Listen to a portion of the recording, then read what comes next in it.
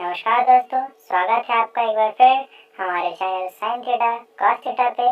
तो चलिए पढ़ाई शुरू करते हैं। तो दोस्तों आज के इस वीडियो में पढ़ेंगे बहुत सारा टॉपिक को। तो सबसे पहला टॉपिक ये रहा आपके सामने, adsorption theory of heterogeneous catalysis. क्या है? Adsorption theory of heterogeneous catalysis. तो ये जो बोल रहे हैं हम, तो ये क्या है? हेट्रोजेनियस कैटालिसिस के बारे में बोल रहे हैं। मतलब कि जो डिफरेंट फेस का होता था, जैसे आपका रिएक्टेंट फेस अलग रहेगा और कैटलिस्ट फेस अलग रहेगा, जो हम आपको कल समझा चुके हैं कि हेट्रोजेनियस कैटालिसिस किसको बोलते हैं। तो यहाँ पर हेट्रोजेनियस ही क्यों नहीं लिए, होमोजेनियस ही क्यों नहीं लिए? क्यों? क्योंकि देखिए, सॉलिड जो एब्जॉर्बेंट होता है उस पे गैस मॉलिक्यूल एब्जॉर्ब होता है, सॉलिड में ही ना, वो जो एटम पे गैस होता है। तो ये दोनों क्या है? अलग अलग फेस का है ना, सेम फेस का तो है नहीं। इसलिए हम लोग यहाँ बात कर रहे हैं हेट्रोजीनियस कैटालिसिस का। और हेट्रोजीनियस कैटालिसिस जो थ्योरी है, एडजॉर्प्शन थ्योरी है, उसको हम लोग ओल्ड थ्योरी भी बोलते हैं। क्या बोलते हैं? ओल्ड थ्योरी भी बोलते हैं। क्या बोलते हैं? ओल्ड थ्योरी भी बोलते हैं। ठीक है, ठीक है। तो इसमें मेनली क्या होता है ना कि जो रिएक्टेंट है और जो यहाँ प्रोडक्ट बन रहा है, तो कैटलिस्ट डालने से इसका रिएक्शन फास्ट हो जाता है। तो क्या होता है, ये रिएक्टेंट कैटलिस्ट का जो कैटलिस्ट यहाँ क्या कर रहा है? एडजॉर्बेंट का काम कर रहा है। रिएक्टेंट यहाँ क्या काम कर रहा है? एडजॉर्बेट का। तो इसका सतह पे आके वो क्या होता है, उसका प्रक्रिया को क्या करता है, स्पीड कर देता है। और जब ये, जैसे कि यहाँ रिएक्टेंट है, कोई मान लीजिए एक रिएक्टेंट है यहाँ पर, अब मान लीजिए यहाँ पर दो रिएक्टेंट है, मतलब कि अगर मिक्सचर है किसी का, अगर एसिटिक एसिड है और एक है वाटर है, तो एसिटिक एसिड भी इसी के सतह पे जाएगा और वाटर भी इसी के सतह पे जाएगा। और ये कैटलिस्ट है, तो तीन टाइप का यहाँ पर केमिकल फॉर्मूला, जो भी चीज होगा उसके कारण जो प्रोडक्ट फॉर्म होगा, तो आखिर में जाके इसका जो एब्जॉर्बेंट है उससे डिसऑप्शन होके वो क्या होगा, एब्जॉर्बेंट मॉलिक्यूल बाहर निकल जाएगा और एब्जॉर्बेंट जो आपका वही का वही रहेगा। डिसऑप्शन में क्या होता था, इसका जो मॉलिक्यूल होता था वो निकल जाता था। तो इसका जो मैकेनिज्म है उसके बेसिस पे, एक फिगर बेसिस पे हम अभी आपको समझाएंगे। उस फिगर बेसिस पे ही आपको क्या करना होगा, मैकेनिज्म को पॉइंट वाइज आपको क्या करना होगा, एग्जाम में लिखना होगा। अगर आपको फिगर पूछा तो फिगर लिखिएगा, पॉइंट वाइज पूछेगा तो आप पॉइंट वाइज लिखिएगा कि आखिर में adsorption theory of heterogeneous catalysis होता क्या है। इसमें फिर से हम समझा देते हैं इसका मतलब क्या होता है कि हेट्रोजेनियस कैटालिसिस में एडजॉर्प्शन क्या होता है कि जो रिएक्टेंट है वो क्या, किससे एडजॉर्ब हो जा रहा है, कैटलिस्ट में एब्जॉर्ब हो रहा है, जो इसका क्या कर रहा है, रिएक्शन को स्पीड कर रहा है, इंक्रीज कर रहा है रेट ऑफ रिएक्शन को। और फिर जब प्रोडक्ट फॉर्म करने के बाद जो एब्जॉर्बेंट, जो प्रोडक्ट फॉर्म हो गया बहुत सारा केमिकल फॉर्म, कुछ भी चीज के कारण, तो वो जो डिसऑप्शन होने के कारण, क्या होने के कारण, डिसऑप्शन होने के कारण वो निकल जाएगा एब्जॉर्बेंट, और एब्जॉर्बेट निकल जाएगा और एब्जॉर्बेंट बच जाएगा। ठीक है, तो हम अभी फिगर बना देते हैं और उसको पॉइंट वाइज हम क्या करेंगे, समझा भी देंगे। तो दोस्तों जैसे कि आप अपने स्क्रीन के सामने क्या कर सकते हैं, फिगर को देख सकते हैं कि जैसे देखिए, ये है आपका ये फिगर, फिर यहाँ से यहाँ गया, फिर यहाँ से यहाँ, फिर यहाँ से यहाँ, फिर यहाँ से यहाँ। हम इसको फिगर को क्या करेंगे, अभी आपको पूरा समझाएंगे कि, और इस फिगर को जो चार टाइप में है, 1 2 3 4, इस चारों को क्या करना है, फिर आपको पॉइंट वाइज लिखना है। तो आपका एडजॉर्प्शन थ्योरी जो है ये हेट्रोजेनियस कैटालिसिस का वो भी आपका हो जाएगा, फिगर वाइज बोलेगा तो वो भी आपका हो जाएगा। ठीक है, तो देखिए सबसे पहले बात, ये क्या है, कैटलिस्ट है। क्या है? कैटलिस्ट है। हम इसको बस एक मतलब बनाया है कैटलिस्ट का सरफेस, बॉन्ड सरफेस।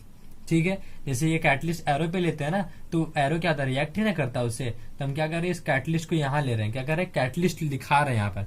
अब ये देखिए कैटलिस्ट का जो सरफेस है, ऐसे हम बस ये देखिए तो बनाए हैं, तो सरफेस का किनारे जो बॉन्ड रहता सारा, वो देखिए क्या है, फ्री है।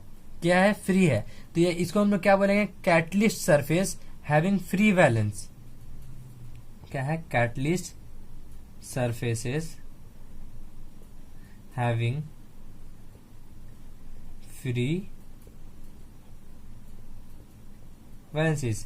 ठीक है, इसमें क्या है, फ्री वैलेंसीज, ऐसा नहीं कि फिक्स्ड है, ऐसा नहीं कि, देखिए फ्री वैलेंसीज है। ठीक है, तो यहाँ देखिए ये फ्री है आपका, ये फ्री है, ये फ्री है, ये फ्री है, ये फ्री है, ये फ्री है, ये भी फ्री है, ये भी फ्री है। देख सकते हैं ना कि जो कैटलिस्ट का क्या है, सरफेस क्या है, फ्री है। क्या है, कैटलिस्ट का सरफेस क्या है, फ्री है। ये कैटलिस्ट का बॉन्ड स्ट्रक्चर सिर्फ हम ऐसे बना दिए, ऐसा नहीं कि इसी तरह होता है, बस कैटलिस्ट का हम ऐसा क्या किया, बॉन्ड स्ट्रक्चर बनाया है। ठीक है, तो यहाँ पर देखिए ये कैटलिस्ट क्या है, सरफेस फ्री है इसका जो सरफेस है पूरा देखिए खाली है ना।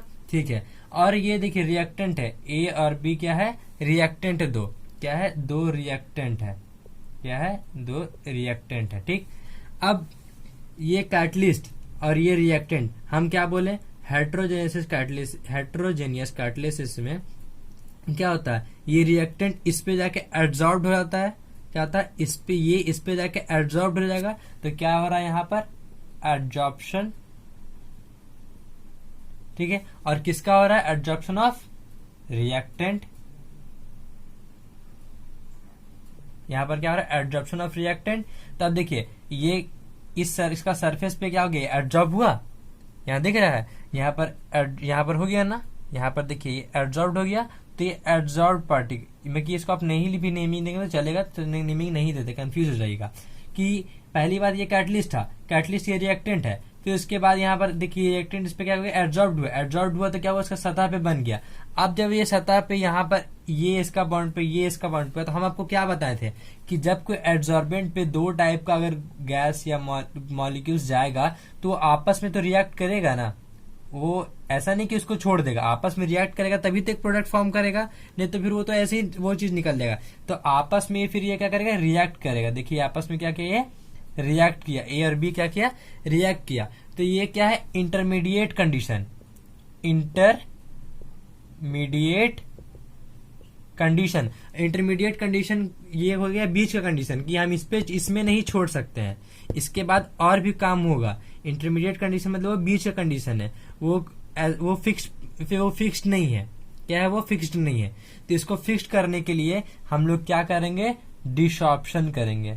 क्या करेंगे, डिसऑप्शन करेंगे। जैसा हम आपको समझाए थे कि जब वो उसका सरफेस पे जब वो रहेगा तो ये एक दूसरे से रिएक्ट कर जाएगा, तो रिएक्ट करने के बाद जो ऐसा रिएक्टेंट जब रिएक्ट कर जाएगा तब क्या होगा, वो डिसऑप्शन होने के बाद वो एड्जॉर्बेंट और एड्जॉर्बेट क्या होगा, दोनों अलग हो जाएगा। समझ में आ रहा है ना कि एड्जॉर्बेट और एड्जॉर्बेंट क्या होगा, अलग हो जाएगा। तो यहाँ पर क्या हुआ, डिसऑप्शन किए तो देखिए product A bond B product आपका फाइंड हो गया, रिएक्टेंट था ए प्लस बी और प्रोडक्ट क्या हुआ, ए बॉन्ड बी फाइंड हो गया। और आप लोग एक चीज देख रहे होंगे कि ये कैटलिस्ट का जो है स्ट्रक्चर वो वही सेम का सेम है, तो वॉल्यूम भी सेम का सेम होगा। फिर आपका हर चीज इसमें क्या है, इसमें देखिए फ्री बैलेंसेस इसमें भी आ गया। तो इससे इस फिगर से तो हम लोग देख ही रहे हैं कि हेट्रोजीनियस कैटलिस्ट का क्या है थ्योरी, हेट्रोजीनियस कैटलिस्ट का थ्योरी क्या है कि इसमें कैसा एब्जॉर्प्शन होता है। लेकिन एक चीज और देख रहे हैं हम लोग कि जो कैटलिस्ट है उसका जो उपयोग हम स्टार्टिंग में कर रहे हैं इस पे रिएक्टेंट में, वो आखिर में अनचेंज्ड है। सबसे आखिर में क्या है, अनचेंज्ड। जब क्या हो रहा है, प्रोडक्ट फॉर्म हो रहा है तो क्या हो रहा है, वो अनचेंज्ड है। वो देखिए दोनों सेम है। समझ में आ रहा है ना, ठीक है, आपको कोई दिक्कत नहीं हुआ होगा। तो इसको पॉइंट वाइज क्या लिखेगा कि पहले रिएक्टेंट और ये क्या कैटलिस्ट क्या होगा, एब्जॉर्ब्ड होगा। फिर एब्जॉर्ब्ड होने के बाद क्या होगा, उसका सरफेस पे एब्जॉर्ब्ड हो जाएगा। एब्जॉर्प्शन यहाँ प्रोसेस चल रहा है, पहले प्रोसेस, फिर क्या होगा, एब्जॉर्ब्ड होगा। फिर क्या होगा, ए और बी रिएक्ट करेगा। क्या करेगा, ए और बी रिएक्ट करेगा, मतलब कि जो रिएक्टेंट है वो उसका सरफेस पे ही रिएक्ट करेगा, सरफेस पे रिएक्ट करेगा। फिर सरफेस रिएक्ट करने के बाद क्या करेगा, इंटरमीडिएट फॉर्म करेगा। इंटरमीडिएट फॉर्म करने के बाद क्या होगा, डिसऑप्शन होगा। डिसऑप्शन होने के कारण जो उसका कैटलिस्ट का सरफेस है, उसका सरफेस से जितना भी एब्जॉर्ब मॉलिक्यूल्स है वो बाहर आ जाएगा, और जो भी रिएक्टेंट जो रिएक्ट होकर प्रोडक्ट बना है वो क्या होगा, यहाँ पर निकल जाएगा। तो यही हुआ आपका पॉइंट वाइज, आप इसको सजा के लिख लीजिएगा, ठीक है। तो हम लोग अब बात करेंगे कैटलिस्ट का दो इम्पोर्टेंट फीचर का। तो चलिए देखते हैं उसका दो इम्पोर्टेंट फीचर कौन कौन सा है। तो दोस्तों जैसे कि अपने स्क्रीन के सामने लोग देख सकते हैं कि टू इम्पोर्टेंट फीचर्स क्या है, इम्पोर्टेंट टू फीचर्स किसका है, इसका कैटलिस्ट का एक्टिविटी और सिलेक्टिविटी। क्या है, एक्टिविटी और क्या है, सिलेक्टिविटी। तो एक्टिविटी का यहाँ क्या बात हो रहा है कि जो एक्टिविटी है ना कैटलिस्ट का, जैसे कि वो कितना स्पीड बढ़ा रहा है, कि वो कैसा रिएक्शन कर रहा है, वो किस पे डिपेंड करता है। जब एब्जॉर्प्शन होगा रिएक्टेंट का कैटलिस्ट पे तो उसका केमिजॉर्प्शन पे, जो उसका केमिज ऑप्शन है, उसका स्ट्रेंथ, जितना ही इसका केमिज ऑप्शन का स्ट्रेंथ होगा, मतलब कि केमिकल बॉन्डिंग का इंथैल्पी ज्यादा रहेगा, जो उसका कैरेक्टरिस्टिक्स है इसका ये केमिज ऑप्शन का इरिवर्सिबल रहेगा, ये जितना सारा स्ट्रेंथ इसका ज्यादा होगा केमिज ऑप्शन का, उतना ही ज्यादा क्या होगा आपका एक्टिविटी जो देगा वो कैटलिस्ट वो और इम्प्रूव करेगा। समझ रहे हैं ना? क्या है, the activity of catalyst depend upon the strength of केमिज option.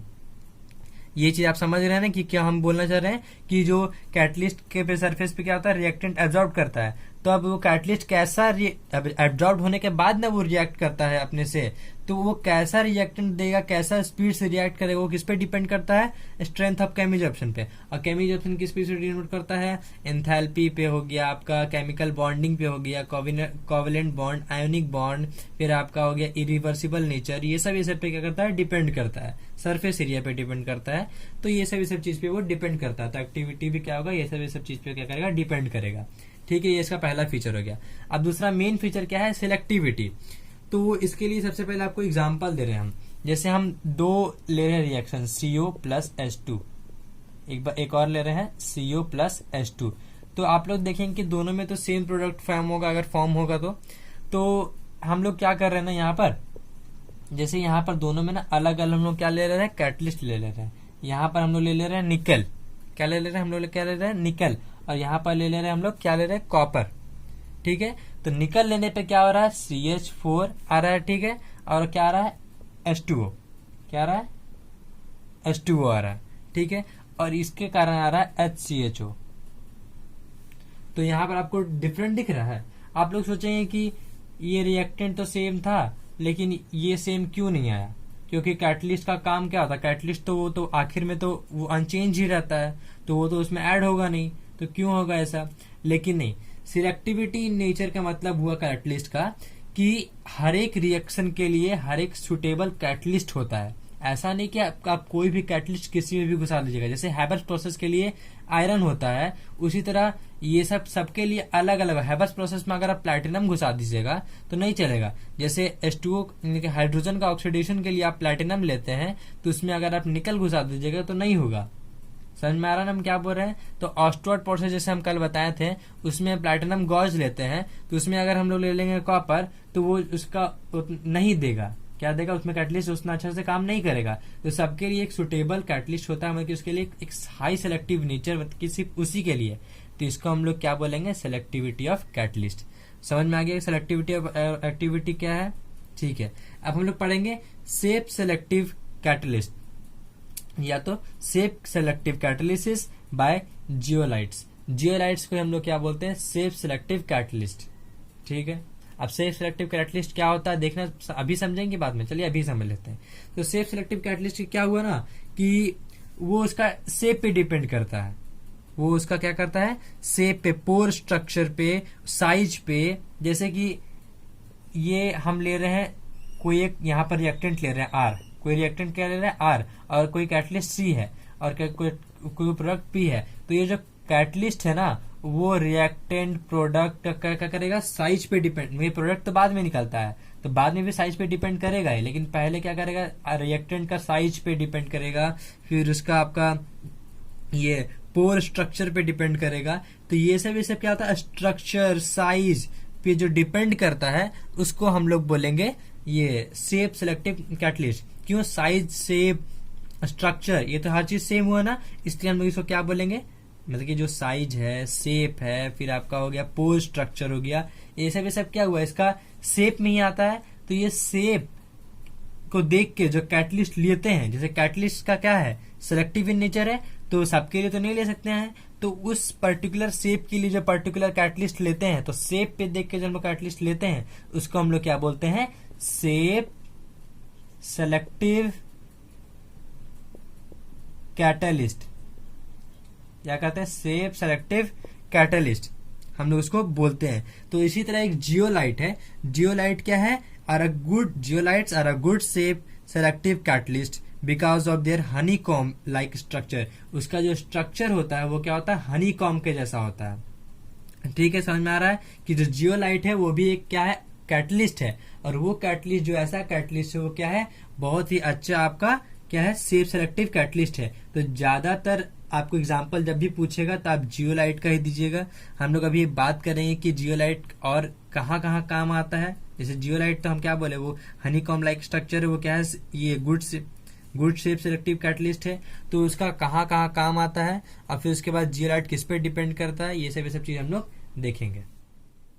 तो दोस्तों जैसा कि मैंने अभी आपको बोला कि जो जियोलाइट है वो क्या है आपका सेफ सिलेक्टिव, क्या है, सेफ सिलेक्टिव नेचर का है। तो सेफ सिलेक्टिव नेचर का है तो ये भी क्या करेगा, डिपेंड करेगा साइज, शेप, किसका, रिएक्टेंट और प्रोडक्ट का, ठीक है, और उसका पोर स्ट्रक्चर पे भी डिपेंड करेगा, ये सब चीज पे वो क्या करेगा, डिपेंड करेगा।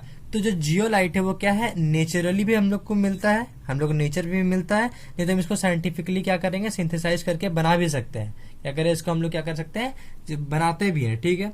तो जो जियोलाइट है वो क्या आता है ना कि इसका यूज है ना, यूज ऑफ जियोलाइट बहुत ही इंपॉर्टेंट है। हमेशा क्या आता है, जियोलाइट का एक यूज पूछता है। तो जियोलाइट क्या होता है, वो बहुत ही ज्यादा मात्रा में कहाँ यूज होता है, पेट्रोकेमिकल इंडस्ट्रीज में। क्या होता है, पेट्रोकेमिकल इंडस्ट्रीज में, किसके लिए, हाइड्रोकार्बन का क्रैकिंग करने के लिए। जो आपका क्रूड ऑयल हो गया, आइसोमेरिज्म जो हर चीज होता है, जो फैक्ट्री में जो बड़ा फैक्ट्री, पेट्रोलियम फैक्ट्री है, उसमें क्या होता है, जियोलाइट यूज होता है। क्यों, हम लोग को जो हाइड्रोकार्बन और जो आइसोमेरिज्म होता है ना, जो हाइड्रोकार्बन का, उसको क्या होता है, उसको क्रैक करने में मदद आता है। क्या करना है, क्रैक करने में मदद आता है। तो हम लोग क्या करेंगे, जियोलाइट लिख देते हैं, zeolite is widely used in petrochemical industries. समझ में आ रहा है ना, क्यों बोल रहे हैं पेट्रोकेमिकल इंडस्ट्रीज, क्यों, क्योंकि वो क्या करता है आपका, याद करिए, for cracking of hydrocarbons and isomerism. समझ में आ रहा है हम क्या बोलना चाह रहे हैं, कि जियोलाइट ही एक ऐसा ये कैटलिस्ट है, वो क्या है, बहुत ही अच्छा good catalyst, good shape selective catalyst है, जो क्या होता है, कैटलिसिस प्रोसेस करता है, किसमें, कौन सा इंडस्ट्री में, पेट्रोलियम पेट्रोकेमिकल इंडस्ट्रीज में। क्यों, क्योंकि हाइड्रोकार्बन और आइसोमेरिज्म क्या करता है, क्रैकिंग करता है। तो इसी तरह एक जियोलाइट का कैटलिस्ट का नाम है ZSM5। ZSM5 क्या है, ZSM5 क्या है, ZSM5, ठीक है। और ये ZSM5 क्या करता है, पेट्रोकेमिकल इंडस्ट्रीज में क्या करता है, ये जो अल्कोहल्स है, जो ZSM5 है, उसके कारण जो अल्कोहल्स है, क्या है, जो अल्कोहल्स है वो क्या करता है, डायरेक्टली गैसोलीन में कन्वर्ट हो जाता है।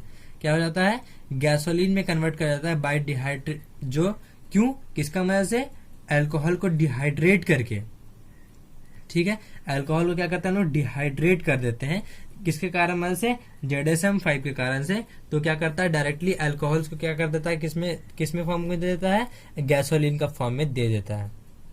ठीक है, समझ में आ रहा है ना, क्या ये जियोलाइट की एग्जांपल क्या है। तो आपसे अगर पूछ देगा जियोलाइट कौन सा कैटलिस्ट है, तो क्या बोलेगा, सेफ सिलेक्टिव कैटलिस्ट है। फिर उसके बाद इसका एग्जांपल क्या है, ZSM5 है। जियोलाइट किसमें यूज होता जाता है, पेट्रोकेमिकल इंडस्ट्रीज में। क्यों, क्योंकि हाइड्रोकार्बन और आइसोमेरिज्म को क्या करने के लिए, क्रैक करने के लिए। तो हम लोग का लास्ट आज का टॉपिक बचा एंजाइम कैटलिसिस। एंजाइम क्या होता है आखिर में, पढ़ते हैं। तो दोस्तों जैसे कि अभी हम लोग क्या पढ़ने वाले हैं, एंजाइम के बारे में पढ़ने वाले हैं। किसके बारे में पढ़ने वाले हैं, एंजाइम के बारे में पढ़ने वाले। तो एंजाइम आखिर है क्या। तो एंजाइम जो है ना, वो कॉम्प्लेक्स नाइट्रोजीनियस ऑर्गेनिक कंपाउंड है। वो क्या, किसके कारण प्रोड्यूस्ड होता है, लिविंग प्लांट्स और एनिमल के द्वारा प्रोड्यूस होता है। कौन सा, एंजाइम।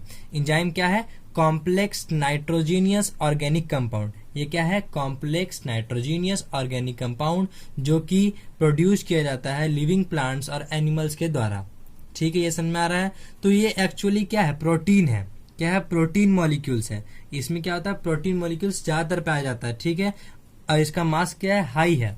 तो अभी हम लोग क्या क्या पढ़े कि ये नाइट्रोजनस ऑर्गेनिक कंपाउंड है, जो किसके द्वारा प्रोड्यूस किया जाता है, लिविंग प्लांट्स एंड एनिमल्स के द्वारा। और एक्चुअली ये क्या है, प्रोटीन है, कि इसके पास क्या है, ज्यादा ही प्रोटीन मॉलिक्यूल्स है, और क्या है, हाई मॉलिक्यूलर मास का है। और एक चीज और कि ये जो कॉलोइडियल, जो ये वाटर में अगर एंजाइम का मिक्स करते हैं तो क्या करता है, वो कॉलोइडियल सॉल्यूशन क्या करता है, फॉर्म करता है। कॉलोइडियल सॉल्यूशन मतलब कि समझ रहे हैं ना, कि इससे पानी है और ये हल्दी डाल दी है, तो आधा घुल गया और आधा नहीं घुला, तो वैसा टाइप का ये सॉल्यूशन को ये फॉर्म करता है एंजाइम। समझ में आ रहा है यहाँ तक? ठीक है, तो जितना भी ज्यादातर रिएक्शन जो प्लांट्स में, एनिमल्स में, जो इसका बॉडी में होता है ना, लाइफ को, प्रोसेस को मेंटेन करने के लिए, वो किसके द्वारा होता है? एंजाइम के द्वारा होता है। क्या होता है? एंजाइम के द्वारा होता है। और एंजाइम एक क्या है? कैटलिस्ट है। क्या है? एंजाइम एक क्या है? कैटलिस्ट है। मेन यह क्या है? एंजाइम कैटलिस्ट है। तो जितना भी लाइफ को, प्रोसेस का मेंटेन करने के लिए जो हम लोग को प्रोसेस बॉडी में, क्या हम लोग नहीं, प्लांट्स का, एनिमल्स का जो बॉडी में होता है, वो क्या होता है? किसके द्वारा कैटलाइज किया जाता है? एंजाइम के द्वारा कैटलाइज किया जाता है। समझ में आ रहा है? तो इसीलिए इसको बायो का दुनिया में एंजाइम बोलेंगे, लेकिन अगर इधर बात करेंगे तो क्या होगा? इसको बायोकेमिकल कैटलिस्ट बोलते हैं। क्या बोलते हैं?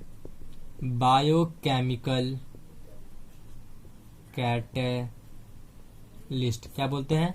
Biochemical catalyst. और इसका जो प्रोसेस होता है, इसको हम लोग जानते हैं कि अगर कैटलिस्ट है तो इसको प्रोसेस को कैटालिसिस बोलते हैं। तो ये बायोकेमिकल कैटलिस्ट है, तो इसका प्रोसेस को क्या बोलेंगे? Biochemical catalysis. ठीक है, ये तो आपको अच्छे से समझना है कि एंजाइम क्या है, एंजाइम कैटालिसिस क्या है। तो इसका हम लोग क्या करते हैं? 5-6 रिएक्शंस देख लेते हैं, तो आपको और अच्छे से समझ। जैसे हम लोग होमोजीनियस कैटलिस्ट पढ़े थे, फिर हेट्रोजीनियस कैटलिस्ट पढ़े थे, तो जैसे सबका एग्जांपल देखे थे ना, जैसे ऑस्टवर्ड प्रोसेस, हैबर्स प्रोसेस, फिर आपका हो गया ये हाइड्रोजन का, आपका हम लोग क्या कर रहे थे? ये ऑक्सीडाइजिंग कर रहे थे, सल्फर डाइऑक्साइड को ऑक्सीडाइज कर रहे थे। तो ये सब जो चीज हम लोग पढ़े थे, ये सब जैसा एग्जाम्पल हम लोग अभी पढ़ेंगे। अभी हम लोग क्या करेंगे? वैसे रिएक्शन को क्या करेंगे? पढ़ेंगे। तो दोस्तों, जैसे कि आप लोग अपने स्क्रीन के सामने क्या कर सकते हैं? रिएक्शंस को देख सकते हैं। क्या करते हैं? रिएक्शन को देख सकते हैं। क्या है? 5 रिएक्शन है। तो आप लोग ये चीज देख रहे हैं कि इसको हम लोग पहले पढ़ चुके हैं। इसको हम लोग क्या बोलते हैं? सुक्रोज बोलते हैं, इसको वाटर बोलते हैं, इसको क्या बोलते हैं? ग्लूकोज। ये क्या है? फ्रुक्टोज है। क्या है? ग्लूकोज और ये फ्रुक्टोज है। तो उसमें क्या था, जब हम लोग पढ़े थे हेट्रोजेनेसिस कैटलिस्ट में, कि हम लोग होमोजेनियस में पढ़े थे, होमोजेनियस में पढ़े थे। तो होमोजेनियस में क्या लिए थे हम लोग? H2SO4 लिए थे। लेकिन जब यहाँ हम लोग एंजाइम कैटलिस्ट का बात कर रहे हैं, तो हम लोग क्या करना है? बायोलॉजिकल कैटलिस्ट को लेना पड़ेगा। क्या? बायोकेमिकल कैटलिस्ट को लेना पड़ेगा। और यहाँ पर हम लोग इसको सुक्रोज नहीं बोल करके हम लोग क्या बोलेंगे? केन शुगर बोलेंगे। क्या बोलेंगे? Cane sugar. समझ में आ रहा है? केन शुगर क्यों बोल रहे हैं? हम लोग बायोलॉजिकली नाम ले रहे हैं। ठीक है, फिर इसको ये हाइड्रोजन की वाटर तो है, आपको पता ही है। और फिर ये केन शुगर से कि ग्लूकोज और ये क्या है आपका? फ्रुक्टोज में कन्वर्ट हो रहा है। किस कैटलिस्ट का मदद से? किस कैटलिस्ट का मदद से? गौर करिएगा, इन्वर्टेज। क्या है? इन्वर्टेज। VERTASE। क्या है? इन्वर्टेज एक कैटलिस्ट है जो बायोकेमिकल कैटलिस्ट है। उसके मदद से हम लोग क्या कर रहे हैं? यहाँ पर क्या फॉर्म कर रहे हैं? ग्लूकोज और फ्रुक्टोज। किसका मदद से? केन शुगर से इन्वर्टेज का मदद से ग्लूकोज और फ्रुक्टोज फॉर्म कर रहे हैं। तो इसको आपको एग्जाम में ये भी बोल सकता है कि इन्वर्सन ऑफ केन शुगर दिखाइए, या तो आपको बोलेगा the invertase enzyme converts cane sugar into glucose and fructose. क्या बोले? इन्वर्सन ऑफ केन शुगर, नहीं तो इसको आपको तोड़ के बोल देगा। ठीक है, यहां तक सही है। अब देखिए, ये C6H12O6 क्या है? ग्लूकोज है। क्या है? C6H12O6 क्या है? आपका ग्लूकोज है। और ये तो आपको पता है क्या है? इथाइल अल्कोहल है। क्या है? Ethyl alcohol. और ये आपको तो पता है कार्बन डाइऑक्साइड, आपको बताने की जरूरत नहीं है। तो ग्लूकोज से इथाइल अल्कोहल और कार्बन डाइऑक्साइड फॉर्म करने के लिए हम लोग को क्या कैटलिस्ट लेना पड़ेगा? कौन सा बायोकेमिकल कैटलिस्ट लेना पड़ेगा? वो कैटलिस्ट का नाम क्या है? जाइमेज। क्या है? जाइमेज। इसका क्या था? इन्वर्टेज। ये क्या है? जाइमेज है। तो इसमें भी आपको क्वेश्चन बोल देगा कि conversion of glucose into ethyl alcohol, तो आप इसको ऐसे दिखा सकते हैं। ठीक है, आपको बोल दिया conversion of starch into maltose, तो आपको ना स्टार्च का फॉर्मूला पता है ना माल्टोज का फॉर्मूला। तो देखिए, स्टार्च का फॉर्मूला ये होता है C6H10O5 और ये N, ये N लगता है, ये 2 नहीं है, ये N लग रहा है। ठीक है, तो ये क्या है आपका? स्टार्च का, वो तो 2 बैलेंस के लिए लगाया गया है वहां पर। ये क्या है आपका? स्टार्च का फॉर्मूला C6H10O5। ठीक है, स्टार्च। और ये आपका वाटर हो गया। और ये आपका क्या है फॉर्मूला? C12H22O11। तो देखिए, ये तो आपका केन शुगर हो गया, लेकिन जब N यहाँ लग जा रहा है, क्या जा रहा है? देखिए, वहां N लग जा रहा है। ठीक है, तो वहां पर ये क्या जा रहा है? माल्टोज दे दे रहा है। क्या दे रहा है? माल्टोज का फॉर्मूला दे दे रहा है। और ये भी माल्टोज का ही है। तो देख रहे हैं आपके केन शुगर C12H22O11 है, तो यहाँ भी आप C12 H22O11 है, लेकिन इसको भी हम लोग क्या बोलेंगे, माल्टोज ही बोलेंगे। तो आप लोग बोलेंगे दोनों का फॉर्मूला सेम है लेकिन नेमिंग अलग अलग क्यों है? तो जिस तरह ग्लूकोज और फ्रुक्टोज में डिफरेंस था उस तरह इसमें और इसमें भी डिफरेंस है, जो कि एग्जाम में ज्यादा नहीं पूछता, इसलिए हम इसका फिगर आपको नहीं दिखा रहे। इसका एग्जाम में ज्यादातर पूछता था, इसलिए आपको हम फिगर पिछला वीडियो में दिखा देते कि क्या डिफरेंस है आखिर। ठीक है, तो हम इस पे आते हैं। इस पे तो हम लोग बात कर ली कि इन्वर्जन ऑफ क्या बात किए थे हम लोग, केन शुगर, और यहाँ पर इसका क्या बात किए थे, conversion of glucose into ethyl alcohol. ठीक है, तब हमको बोल दिया conversion of starch into maltose, तो कैसे करिएगा? तो स्टार्च को हम लोग NH2O में अगर हम लोग ये रिएक्ट करेंगे किससे, कौन सा कैटलिस्ट की मदद से, डायस्टेस,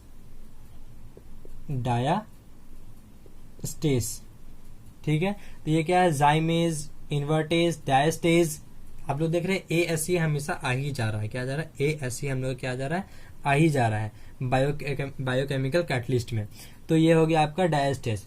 अब हम लोग ये क्या बोलते हैं, माल्टोज है, और ये क्या है आपको, वाटर है। माल्टोज से अगर आपको ग्लूकोज कन्वर्ट करना है बोले तो, जैसे स्टार्च से आपको बोला माल्टोज, तो अगर माल्टोज से ग्लूकोज बोला तो, माल्टोज से क्या बोला, ग्लूकोज बोला, तो कौन सा लीजिएगा, ये बायोकेमिकल कैटलिस्ट माल्टेज, क्या लीजिएगा, माल्टेज, क्या लीजिएगा, माल्टेज लीजिएगा। ठीक है, और अगर आपको बोल दिया ये यूरिया को, ये किसका फॉर्मूला है, यूरिया है, किसका, यूरिया का फॉर्मूला है। अगर आपको बोल दिया कि यूरिया को डिकम्पोज करिए अमोनिया और कार्बन डाइऑक्साइड में, तो कैसे डिकम्पोज करिए, कौन सा, ये आप लीजिए कैटलिस्ट, तो इसको हम लोग क्या लेंगे, यूरेज, UREASE, यूरिएज। ठीक है, तो आप देख लेते हैं कि ये सब जो आपको आपको रिएक्शंस तो आपको याद ही रखना होगा। ये तो कॉमन सी बात है, आपको क्या करना होगा, आपको सबको सारा रिएक्शन याद रखना होगा। कभी भी कोई भी रिएक्शन एग्जाम में पूछ सकता है, कोई भरोसा नहीं है। तो इन्वर्टेज, जाइमेज और जो माल्टेज है वो किससे, बायोलॉजिकल चीज से निकलता है, यीस्ट से निकलता है। किससे निकलता है, यीस्ट से निकलता है, यीस्ट से निकलता है। ठीक, और जो ये डायस्टेस है, कि जो डायस्टेस किसके के द्वारा निकलता है, माल्ट के द्वारा निकलता है। किसके द्वारा निकलता है, माल्ट के द्वारा निकलता है, ये जो डायस्टेस है। ठीक है, अब बचा आपको क्या चाहिए, बचा यूरिएज किसके द्वारा निकलता है, सोयाबीन के द्वारा निकलता है। किसके द्वारा निकलता है, सोयाबीन के द्वारा निकलता है।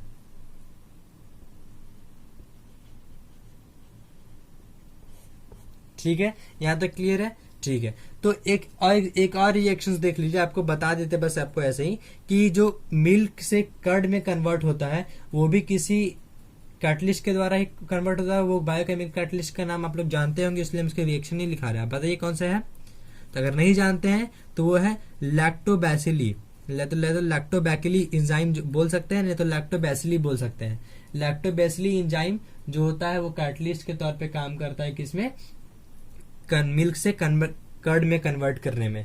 तो इन्वर्टेज क्या है, कैटलिस्ट है, लेकिन क्या है, बायोकेमिकल कैटलिस्ट। हम लोग क्या बोलेंगे, इन्वर्टेज एक एंजाइम है, जाइमेस एक एंजाइम है, डायटेस एक एंजाइम है, माल्टेस एक एंजाइम है, और यूरिएज क्या है, एक एंजाइम है। तो यहाँ तक हम लोग रहने देते हैं। आप इसको रिएक्शंस को एक बार कॉपी में देख के समझ के लिख लीजिएगा। हम लोग मिलते हैं अगले वीडियो में।